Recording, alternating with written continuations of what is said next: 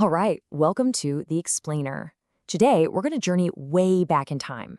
We're going to explore the absolutely vibrant theatrical traditions that were blossoming in Asia, right at a time when Europe's stages had pretty much gone dark.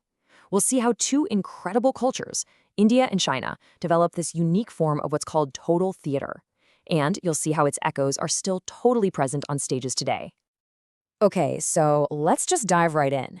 To really get what was happening in the East, you've got to understand what was going on in the West, which honestly wasn't much. See, after the fall of Rome, organized theater basically vanished for 1,000 years, a whole millennium. But during that exact same time, a completely different story was unfolding in Asia, where these ancient traditions were being refined, perfected, and turned into these really sophisticated and lasting art forms.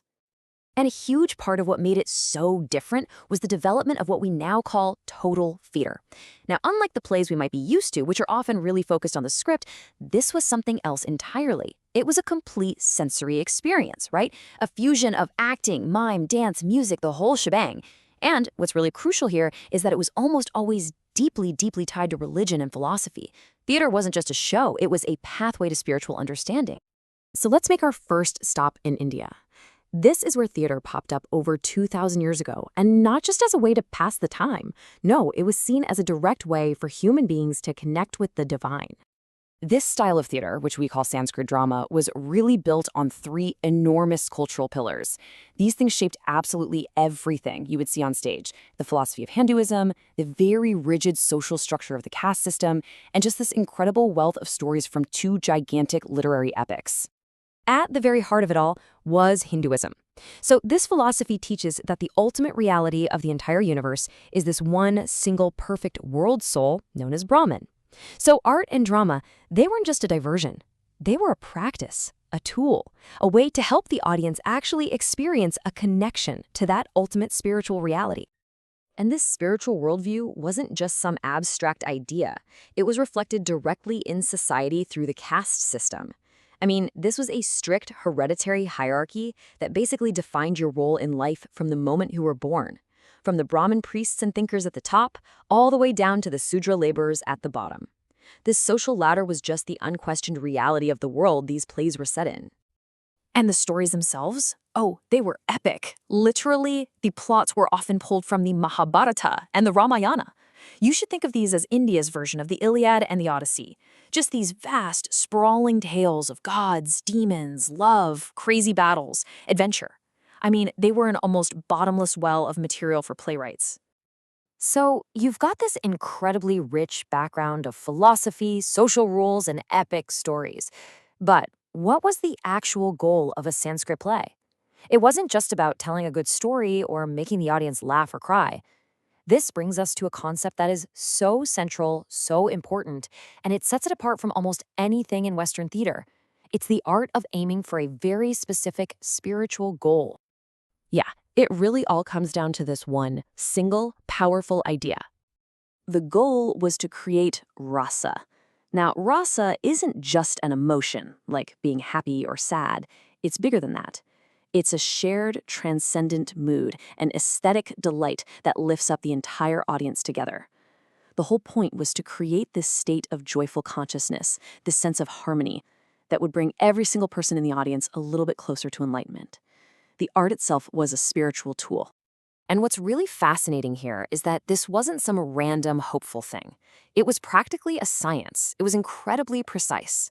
So the actors would skillfully portray one of 8 basic human emotions, which are called bhavas.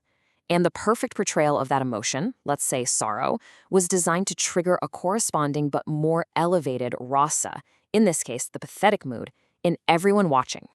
And this just nails the central idea. I mean, according to the Natya Shastra, which is basically the ancient encyclopedia of Indian theater, every single element of a performance, every gesture, every note of music, every thread of a costume had one ultimate purpose: to achieve rasa. Think about that. Nothing had meaning without it. That tells you everything. Okay, let's now journey over to China. Because if Indian theater was really defined by this single, stable, spiritual goal, the story of Chinese theater is completely different. It's a dynamic drama all on its own, written across centuries of imperial dynasties, with each new era adding another layer to the art form. You can really see on this timeline how Chinese performance just builds on itself over 1,000 years. From these early acrobatic variety shows to the founding of the very first royal acting school, the Pear Garden, during the Tang Dynasty. But the real golden age, the moment it became this sophisticated literary art form, well, that happened for a very unexpected reason.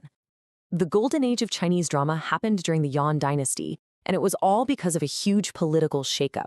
When Mongol rulers took over, they kicked Chinese scholars out of their traditional government jobs. So, with their main career path totally blocked, many of these brilliant, highly educated minds turned their incredible talents to something new, writing for the theater. And the result of this? It was an absolute explosion of creativity. You had the country's greatest minds, who were barred from politics, just pouring all their talent into the theater.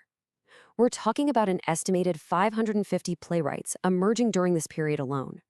They basically created the entire foundational library of Chinese classical drama. So you might be thinking, okay, that's cool history, but these plays seem so specific to their time and place. You might think they're kind of locked in the past. But their influence has popped up in some surprisingly modern and very famous places. Okay, let's take a famous example from China's Golden Age. There's this play called The Story of the Chalk Circle. It's a really clever story about two different women who both claim to be the mother of a child, and the wise judge who comes up with the test to figure out who the real mother is. Does that plot sound at all familiar? It really should. The legendary 20th century German playwright Bertolt Brecht famously adapted this exact story into his masterpiece, The Caucasian Chalk Circle. I mean, that's a direct, powerful line, connecting a 13th century Chinese play straight to the modern stage. It's incredible. And this kind of lasting influence isn't just a China thing. India's most famous play, Shakuntala, written by the poetic master Kalidasa, is still considered a masterpiece of world literature. It's celebrated for its just exquisite poetry and this timeless story of love, loss, and reunion that weaves together the worlds of the royal court, the forest, and the heavens like it's the most natural thing in the world. So the next time you watch a performance, it could be a big Broadway musical, an opera, even a Cirque du Soleil show, anything that blends music and movement and color and story into one big, unified experience, it's worth asking yourself, how are we still seeing the echoes of these ancient stages and their incredible pursuit of a total theater?